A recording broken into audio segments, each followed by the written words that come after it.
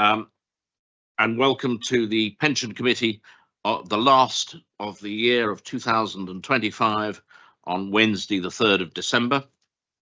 Can I welcome those online, and can I welcome a member of the public who is observing the meeting in the public part of the deliberations of the committee. Without further ado, we move on to item 1, apologies, Town Clerk. Thank you, Chair. So we have received no apologies, but Alderman Gregory Jones is observing the meeting virtually. Thank you very much. Members' declarations. I've not had any, Town Clerk. No, we haven't not received any declarations in advance of the meeting. Do members have any declarations that they wish to declare? Seeing none, thank you. Thank you very much. We now move on to the minutes. Just before I get to the minutes, I just wanted to say that there are some very meaty items which need discussion and debate, which are in part 2. I therefore propose, if I can, to go through the public part of the agenda as quick as I can, but obviously I don't want to stifle debate, never want to do that.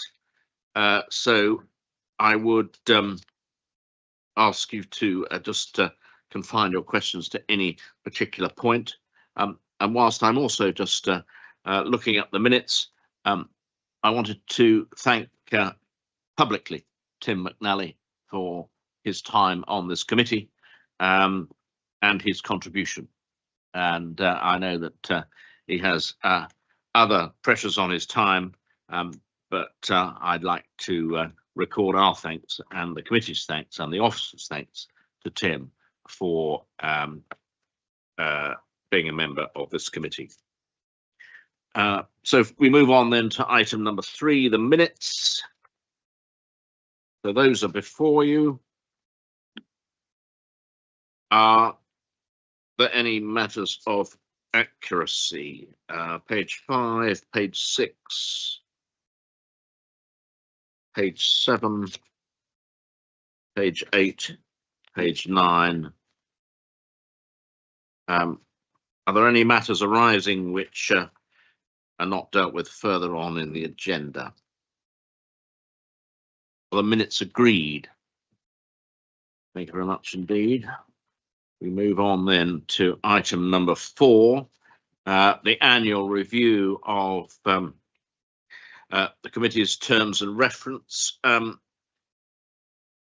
was, when I looked at these, when I just assumed that we just hand them on, but I'm told that the government have told us that we need to amend the terms of reference because our independent member is being stripped of her voting rights by the government.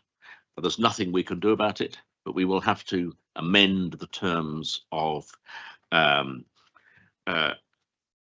reference to make that point. I'm very sorry about that, and I think it's wrong, but that's not for me to make that decision.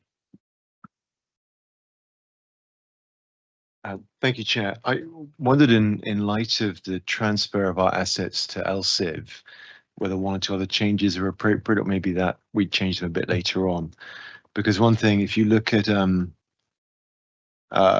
a line that refers us sort of selecting external service providers such as investment managers, and obviously our role will sort of evolve to one of asset allocation rather than manager selections. There might be 1 or 2 tweaks in those lines.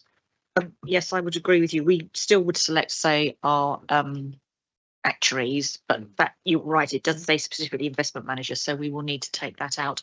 But you do also need to add your name to the membership for 25-26 because you were elected partway through the year, and these are the terms of reference that went to the last court in April.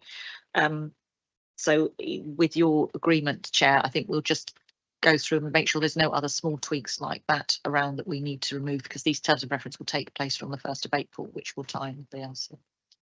I think you make a very good point. Can I suggest we do this under delegated authority, that the officers make suitable changes, and then perhaps just come back to myself and the deputy chairman just to sign it off. Members content with that? Thank you very much. We then move on to item 5, which is the future work programme. The only comment I've got here is on the February meeting, and this is probably saying I've fallen off my hobby horse, but the current audit, which is undertaken for the 24-25 year, will contain a number of small recommendations. I think we've already reviewed it, but we haven't seen the final version. But those recommendations, I think it's very important that the committee follow that up at a subsequent meeting to make sure that when the auditors undertake the 25-26 year, that those items have been actioned. I've had so many occasions in the past where items have been put down for recommendation and then I discover that they haven't been dealt with. So I think it's up to this committee to ask the officers to review that. So with that addition, I don't have any other comments on that. Members content to note that. Item number 6, for information, administrators update. Graham, I don't know whether you want to make any comments on here. Really drawing members' attention to Appendix A, where there were a few items on our schedule of events which, at the date of writing the report, hadn't been met, but the tax return for Q2, publication of the pension fund accounts and the scheme return to the pensions regulator have all been completed within the deadlines. Simon? Just a very brief question, Chair. Referring to Appendix C, where we've got indicators that haven't hit 100%, is that truly because that some complexity has come up in the conversation with the various individuals, or is that a process issue that's improving? I see it's improved from one year to another. Yeah, perhaps just a bit more context around that. A lot of the cases are simply where there is a degree of complexity with dealing with a particular case, while 100% is always going to be our aim. I think there will always be circumstances where we're not going to be able to meet that from quarter to quarter. But I think it is just generally where we kind of highlight the number of cases that we've approached. So I mean, particularly of course, there's quite small numbers. Yeah, well, so just you have one case where it doesn't meet the target, and that may simply be paperwork hasn't been received in time, or there was just even it could be a slight hold up of a day in the processing, but it will really skew if you've only got 4 cases and one of them gets held up. It really makes the statistics not look as good as maybe they should do otherwise. Chris? Thank you, Chairman. I fully understand that we will not always, in fact, even not normally be able to hit 100% on many of the indicators. What the current method of reporting doesn't really tell us is if there are any outliers where we fail to meet the deadline by a long way. And I wonder if some thought can be given as to how we could be given that information, because it's very important. If there is a target of 5 days, 5 working days, and something takes 6, well, fine, it gets reported to us. If it's taken 56, then maybe there's an issue we need to know about. So I wonder if that information could be thought about, not now, but at some stage in the future.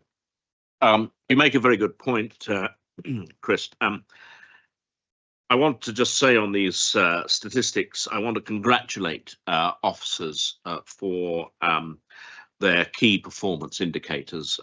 In my experience, this is an excellent set of figures.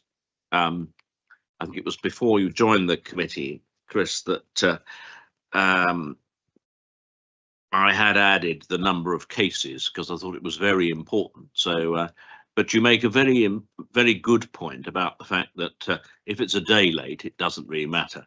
And in actual fact, at a previous meeting, we'd amended some of the target working days to actually make them a bit more realistic.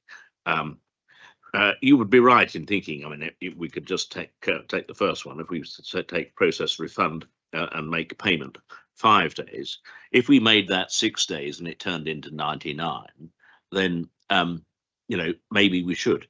But perhaps Perhaps my suggestion, Graham, would be perhaps that you would report exceptions. Let's say, well, if you reported them in excess of 60 days, well, why don't we try that and see if there are any? And if you report them in excess of 60 days and there are none, that would actually answer the member's point. Are there any other comments on here? Claire. Chairman, I was wondering what the latest common and conditional data score was. It says we put it in the latest scheme return. I had a second question which relates to pensions dashboards, but I understand Appendix D is in the confidential section. So may I give notice of raising that at a suitable juncture? Yes, I've also got a question on that. Graham. I came prepared. So our common data score was 95% and our scheme specific data score was 92%. Please minute the independent advisor considers those scores to be excellent, please. Excellent. I presume you've measured it using the PASA guidance approach. Yes, so we have the guidance is built into our software to measure it. So yeah, that's what's been used.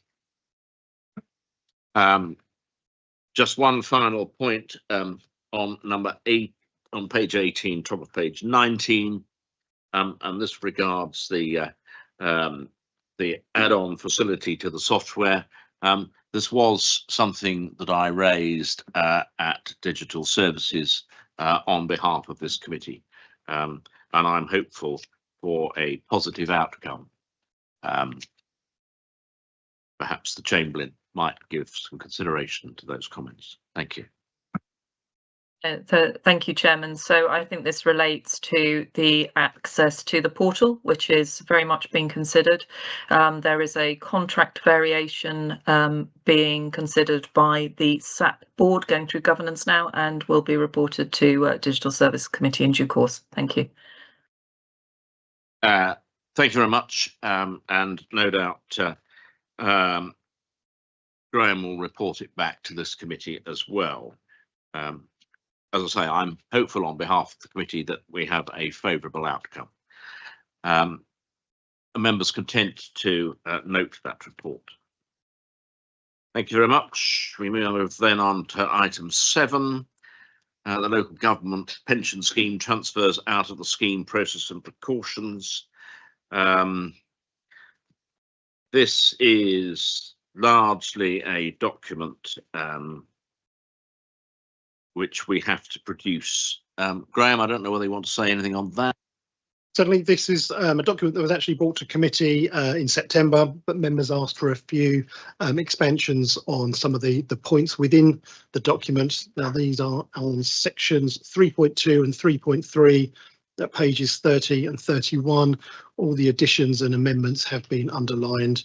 It's just expanding on our escalation procedures and due diligence and scam prevention with regards to transfers out. Thank you, Chris. Thank you, Chairman. I read through this with a great deal of interest, and it is an area which is of concern right across the country. It's obviously not localised to the City of London. One thing which isn't mentioned at all in here is member information. And whilst I certainly wouldn't necessarily want something in public session, I would think it might be helpful if we get a summary, even in exempt session, of the attempts which may have been made about scams, because I think we as members of this committee need to be aware of just how great the pressure is on the system as a whole. I have no idea if it is a very occasional thing which happens, or it's something which happens virtually every week. And I think it would be useful for this committee to be aware of that, but not in public session. I'll ask Graham to take that away and bring that back at a future meeting. Thank you very much. Our members, I'm happy to agree that recommendation. Thank you very much. We then move on to item number 8, local government scheme fair access consultation. This is a report before you. Members are asked to note the recommendation. I don't personally have any comments to make. Members are content to do that. Happy to do that. Thank you very much. We then move on to item number 9, which is questions on matters relating to the work of the committee. If I've not received any. Item number 10, any other business that the chair considers urgent. I have one item. Kate, thank you. Thank you, Chair. So just so members are aware, the Local Government Chronicle holds an annual investments award. We went to that on Friday. We had nominated Amanda as the rising star of the LPS. While she didn't win, she actually was highly commended, and the panel agreed that Amanda is already a star performer within the City of London Pension Fund, demonstrating clear commitment and consistent professional growth. Her career progression from graduate trainee to senior accountant reflects genuine rising stardom. The judges highlighted her drive, technical skill and contribution to the LGPS as exemplary, with particular praise for her ongoing professional development, a strong and deserving candidate who continues to excel. So we were extremely pleased with that award. Congratulations.